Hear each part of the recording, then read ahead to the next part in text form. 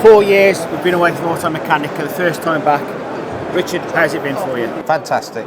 It's really good to re-engage with all of our customers, friends, and get back to the event. There's nothing like a face-to-face.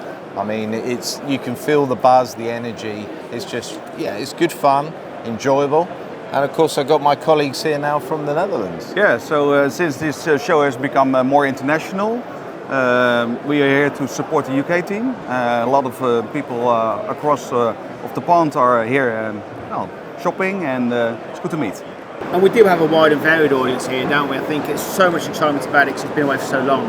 I think the enthusiasm and the conversations are more energetic and more geared towards the products themselves, aren't they? Yeah, I think so. I think there's a genuine desire now to come to a show and find out what's happening.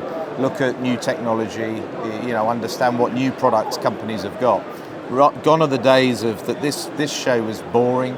It was, a lot of customers would say, well, I'm not going to bother going. We'd invest the money in the stands, and frankly, it was a challenge to justify in the budgets. Whereas now, I would say, we've come back. COVID has done some things favour because it's re-energised people and their thoughts to how to take business forward. So I think that's why we're seeing so many people, not just from UK. There's international visitors here as well. Yeah, and look how professional it all looks. They've really done good work in terms of building nice booths, stands.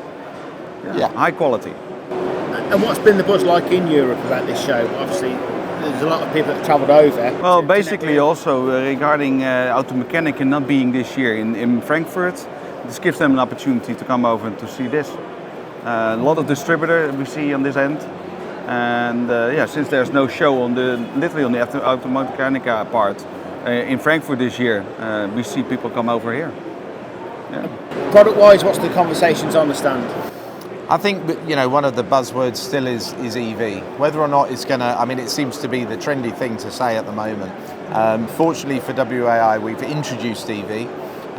It's not our principal product. Rotating electrics, we're the number one globally for rotating electrics, brand new units.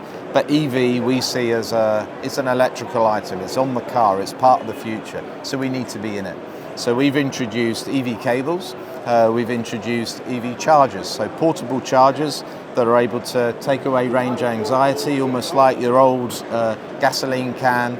So it'll pump a little bit of power into your car, take away some range anxiety. So that's been very interesting. It brings people to the stand. People are interested into what is it, how does it work, where do I get one? And it's another product then that we can go to our distributors and say, we're helping you find the next thing to sell on the car. And it's one of the difficulties in business balance between ICE products and EV products, and it's that trying to get it right and where to develop and reach it. Because ICE is going to be still around for a fair few years, isn't it? Sure. I think that we have to keep a balance. We can't just rush and say, oh, well, the combustion engine's gone. Not a chance. It's going to be around certainly for our lifetimes. So there's plenty of business there, but we also have to embrace the new technology. And if customers see that we're moving that way as well, they entrust that they're working with the right company. Yeah. And is there a difference in the UK market and European markets? I think an EV has been much more mature, I would say, in Nordic countries. If you look at Denmark, Sweden, Finland, the Netherlands, for example, we have started in EV cars many years ago. But UK is catching up very quickly, and it's a necessary the next fact. ICE is changing. Hybrid, you see a lot of change in that, and EV becoming the norm. So do you feel like you're advising the UK market in a way because there's more experience in Europe? I don't think it's advising the market. It's more that our government, for example, in the Netherlands, has been pushing EV cars for many years. And literally, it's in law that every car on the market, it's a company car, it needs to be an EV car in 2025. So they're pushing that, and the UK is great. It has been a great market for that as well. And that's interesting, isn't it? They're 5 years ahead of us in their target to become full EV. So WAI have got 5 years advantage of that because you're already developing.